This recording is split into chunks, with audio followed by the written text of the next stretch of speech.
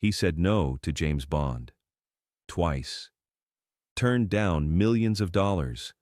Walked away from the most famous franchise in cinema history. His reason?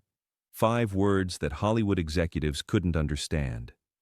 But those 5 words led to something bigger than Bond ever was, and the character he chose instead didn't just compete with 007, it replaced him.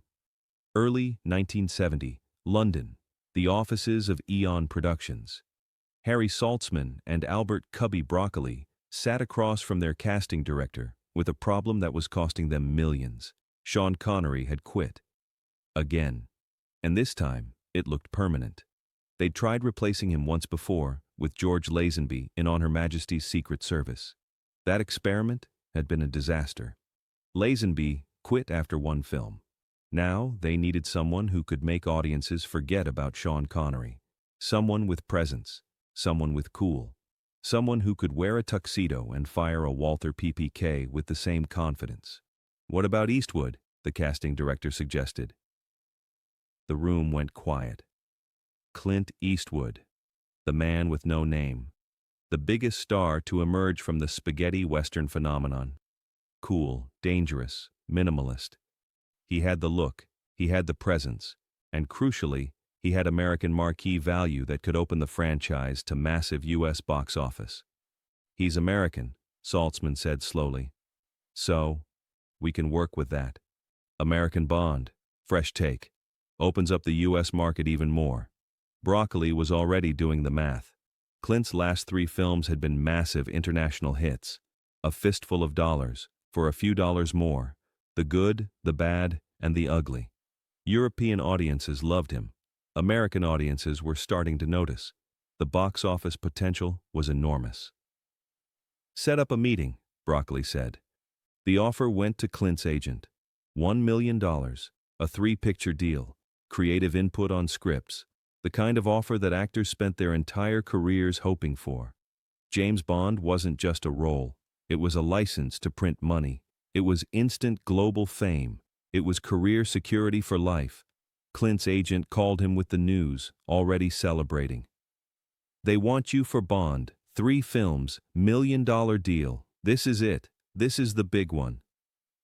Clint was quiet for a long moment. Tell them no. His agent laughed, thought he was joking. Clint, this is James Bond. Do you understand what this means? I understand perfectly. And the answer is no. You haven't even heard the full offer. We can negotiate. Get you more money, more control. It's not about money, Clint interrupted. James Bond should be British, period. His agent was silent, processing, trying to understand how someone could turn down James Bond for a reason that simple. They're willing to make him American. They want to adapt the character for you. Fresh direction. American Bond could be... Then he's not James Bond, Clint said. He's an American character with Bond's name. I'm not interested. The agent tried every angle. The money, the fame, the franchise potential, the career security. Clint's answer remained the same. Bond should be British. Changing that would betray the character Ian Fleming created. And Clint wasn't interested in playing a betrayed version of someone else's character. EON Productions didn't believe the rejection at first. Nobody turned down James Bond. They assumed it was a negotiation tactic. They came back with a higher offer. More money, more creative control, more back-end percentage. Clint said no again. They tried a third approach. Forget American Bond. They'd find a way to explain why this particular Bond had an American accent. Maybe he'd been raised in the States. Maybe it was cover. They'd work it out. The important thing was getting Clint Eastwood in a tuxedo with a Walther PPK. I appreciate the offers, Clint told them through his agent, but I'm not your guy. Bond should be British. Find a British actor.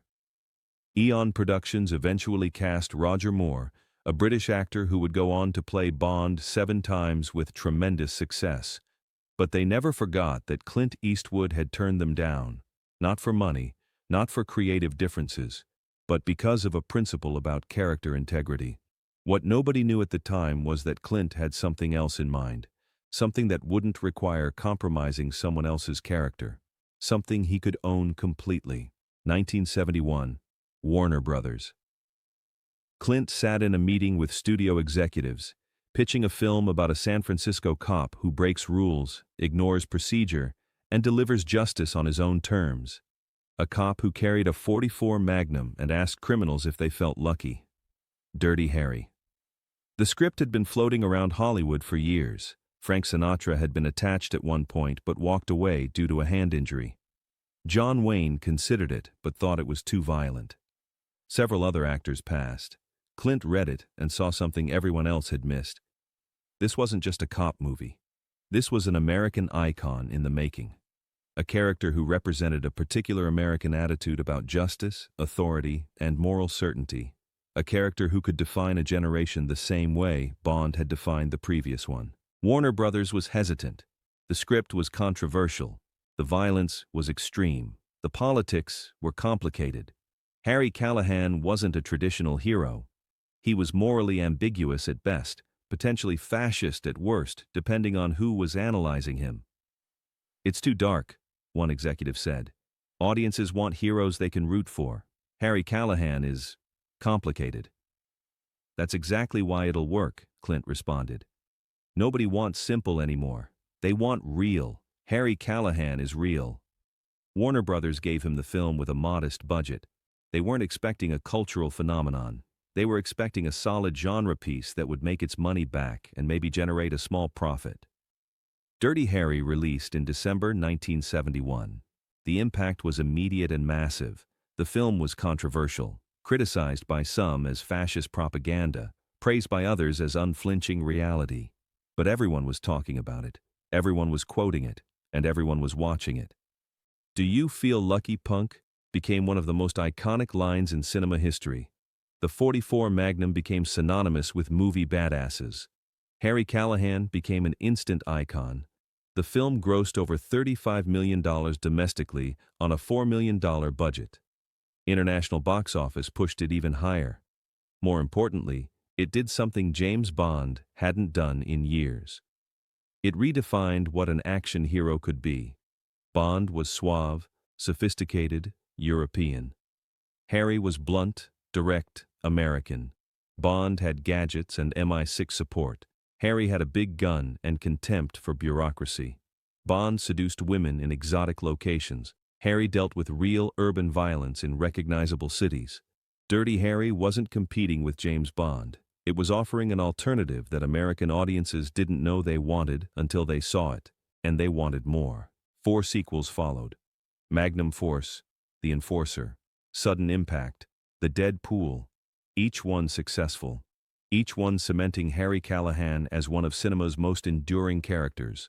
The franchise spanned nearly 20 years and grossed hundreds of millions worldwide. Meanwhile, the Bond franchise continued with Roger Moore. His version was lighter, funnier, more tongue-in-cheek than Connery's. Successful, but different. And as the 70s progressed into the 80s, something interesting happened. The cultural conversation shifted. Bond started feeling dated, European, old-fashioned. The Cold War spy thriller was losing relevance. American audiences were gravitating toward American heroes, cops, vigilantes, characters who reflected American anxieties about crime, justice, and urban decay. Dirty Harry was suddenly more relevant than James Bond. Film critics and industry analysts started making comparisons. Articles appeared asking whether Harry Callahan had replaced James Bond as cinema's definitive action icon. Box office numbers told part of the story, but cultural impact told the fuller picture. Bond influenced fashion and lifestyle. Harry influenced attitude and philosophy. Bond made people want to order martinis. Harry made people quote dialogue about feeling lucky. Bond was aspirational. Harry was relatable. Bond was fantasy. Harry felt real. 1983. Clint was doing press for Sudden Impact, the 4th Dirty Harry film. A journalist asked him about the Bond offer he'd turned down years earlier. By this point, the story had become Hollywood legend. The man who said no to 007. "Any regrets?" the journalist asked. "Bond has been hugely successful." Clint smiled. That slight smile. "So has Harry. But imagine if you'd taken the Bond role. You could have defined that franchise for a generation." "I did define a franchise for a generation," Clint responded. Just not Bond's franchise. Harry Callahan is mine. I created him. I own him. I can take him in whatever direction makes sense for the character. I don't have to honor Ian Fleming's legacy or fit into established Bond formulas. Harry is mine completely, the journalist pressed. But the money. Bond actors become incredibly wealthy from that franchise. I'm not broke, Clint said simply. And I'd rather be wealthy from creating my own characters than from playing someone else's. Bond would have been Sean Connery's character that I borrowed. Harry Callahan is my character that I created. That's worth more than money. The interview became famous. Film students studied it. Young actors referenced it when making career decisions. The lesson was clear. Sometimes the biggest opportunities come from creating rather than inheriting. Sometimes saying no to the obvious choice opens doors to better choices nobody else saw. But there's a deeper layer to this story that most people miss. In 1973, 2 years after Dirty Harry's release, EON Productions came back to Clint with another offer. Roger Moore was doing well, but they wanted options. They wanted to build a stable of potential Bonds for future films. Would Clint reconsider for one film? Just one. Test the waters. See if American Bond could work. The money was astronomical now. Dirty Harry had made Clint a massive star. His quote had tripled. EON was willing to pay whatever it took. Clint's answer was the same. Bond should be British. You've proven you can create iconic characters, they argued. Imagine what you could bring to Bond. A fresh interpretation. Your style. Your voice. My style and voice belong in my characters, Clint replied. Not in someone else's. Find your British actor. I'm going to keep making Harry Callahan films. The second rejection was even more legendary than the first, because this time, everyone could see what Clint had seen years earlier. He didn't need Bond. He had something better.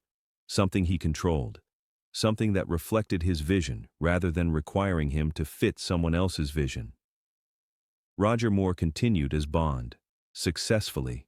He made 7 films over 12 years. But he was always Roger Moore playing James Bond. Never quite Roger Moore's James Bond. The character belonged to Fleming, to EON, to tradition. Harry Callahan belonged to Clint Eastwood, completely, fully.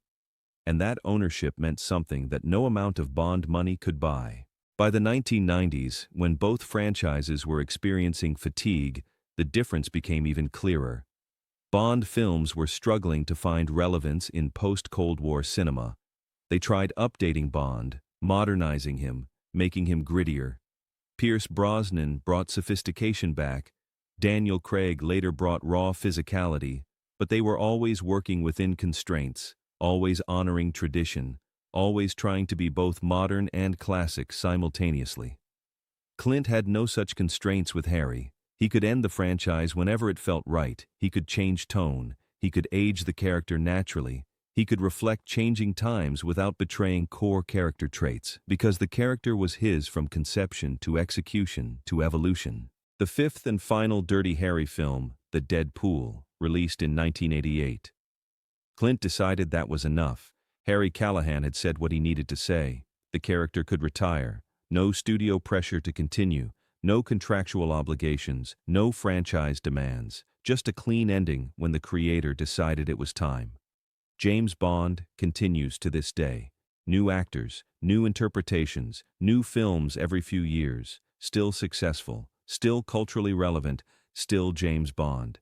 But he's never quite anyone's Bond. He's always Ian Fleming's Bond, interpreted by various actors and directors. The character exists independent of any single performer.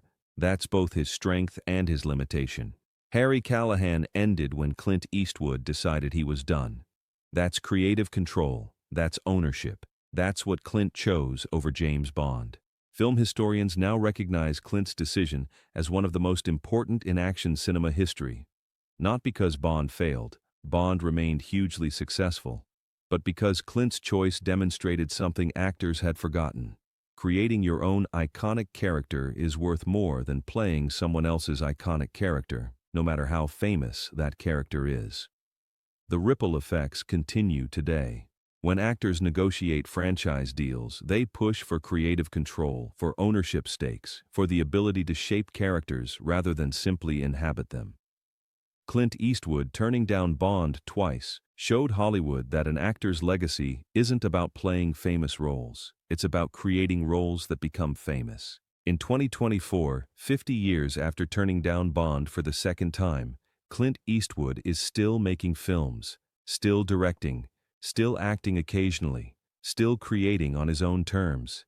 He's 93 years old and has never had to answer to a franchise, never had to honor someone else's character legacy, never had to fit into pre-existing formulas. He created his own formulas. And occasionally, when interviewers bring up the Bond offers he turned down, he gives the same response he's been giving for 50 years. Bond should be British. I'm American. I make American characters. That's who I am. 5 words that changed his career. 5 words that changed action cinema. 5 words that proved the biggest opportunities sometimes come from knowing what to refuse. James Bond made many actors wealthy and famous. Harry Callahan made Clint Eastwood a legend who owned his legacy completely. One is still someone else's character, the other is his forever, and that difference is everything.